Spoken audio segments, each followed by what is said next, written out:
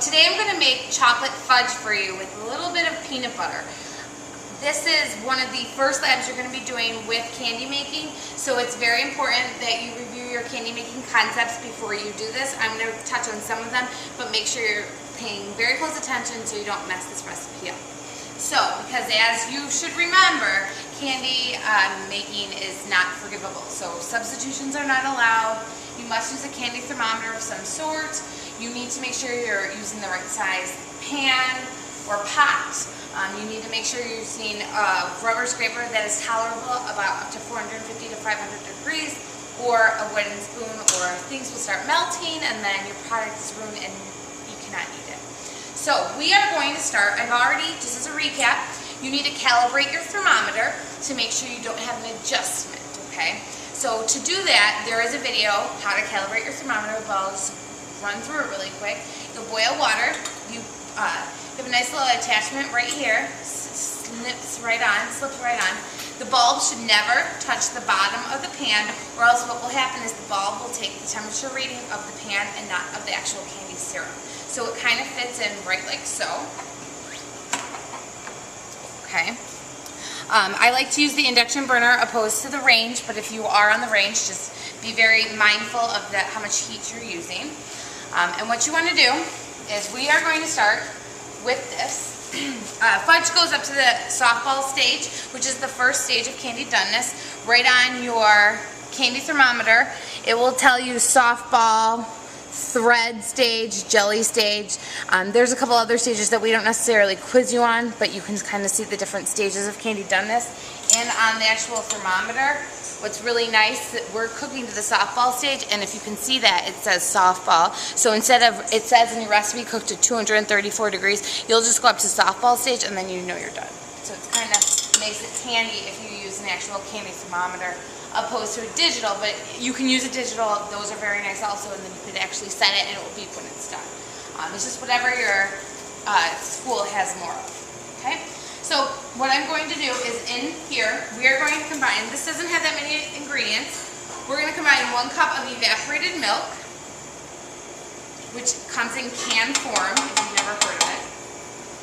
To that, we are going to add 3 cups of sugar, which I have already pre-measured. It's really important that when you're making any type of candy that you have your ingredients always pre-measured, because then you can kind of just go through it quite quickly.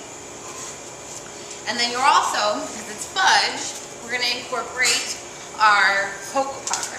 And if you notice, I haven't even turned on my heat yet, which is fine. Okay.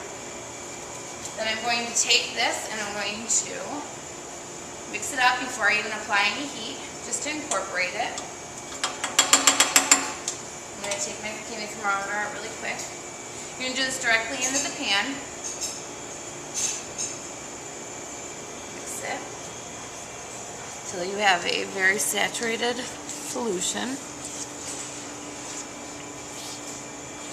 What you really want is to get some of that cocoa powder dry, kind of it clumps up. So you just want to,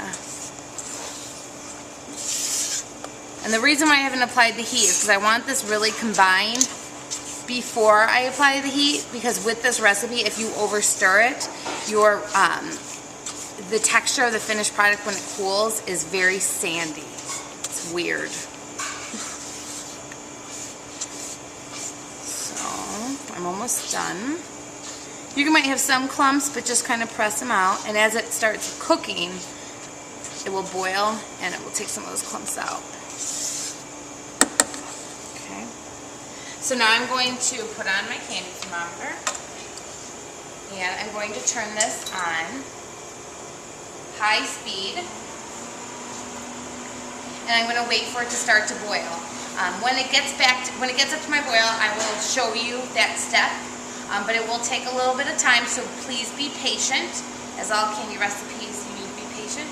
So we'll be right back. Alright, so I've reached my 234 degrees as my recipe says. I'm going to take the candy thermometer out. And as I told you at the beginning of the video, this, let me try this again. Okay, this is going to have some peanut butter. So the recipe calls for a 1/4 cup of peanut butter, which I've already pre-measured. just going to take it right out. And what's nice is the peanut butter is very creamy, so it's going to mix right in, and it's going to melt, and it's going to help create a nice smooth texture to your candy. I'm just going to throw this away. You want this off the heat. You do not want to add it in on the heat because it will continue to cook your cooked syrup, your candy. So as you can see, you want to make sure all that peanut butter is incorporated. You don't want it streaked. You don't want them to think there's peanut butter in there. It's nice and thick. And I see no streaks. So I've already prepared my pan. It's an 8x8 pan. I put a little bit of shortening in. You can put a little bit of Pam if that's what your teacher provides. You're going to pour this right in. It's like cake batter, but we're not going to bake it. We've already cooked this. We're just going to cool it.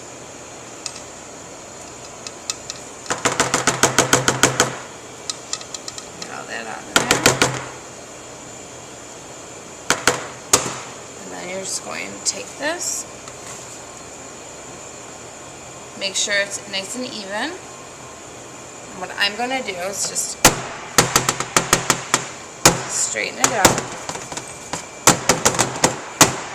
Okay? So now what I'm going to do is I'm going to cover this in plastic wrap and I'm going to let it set and cool, and then I'll show you what the finished product looks like when we cut, and you will eat and enjoy. Hello. Thank you. I've just taken our cooled chocolate peanut butter fudge out of the refrigerator, and as you can see, I've cut a little piece. When you're cutting fudge, you want it bite-sized. Sometimes we serve these at catering events or things like that, and we would put this in a mini muffin liner for nice presentation. You can put this into a little box of candy, but you don't want it big and bulky because it's so rich and definite. So here's our finished product. Enjoy. Thank you.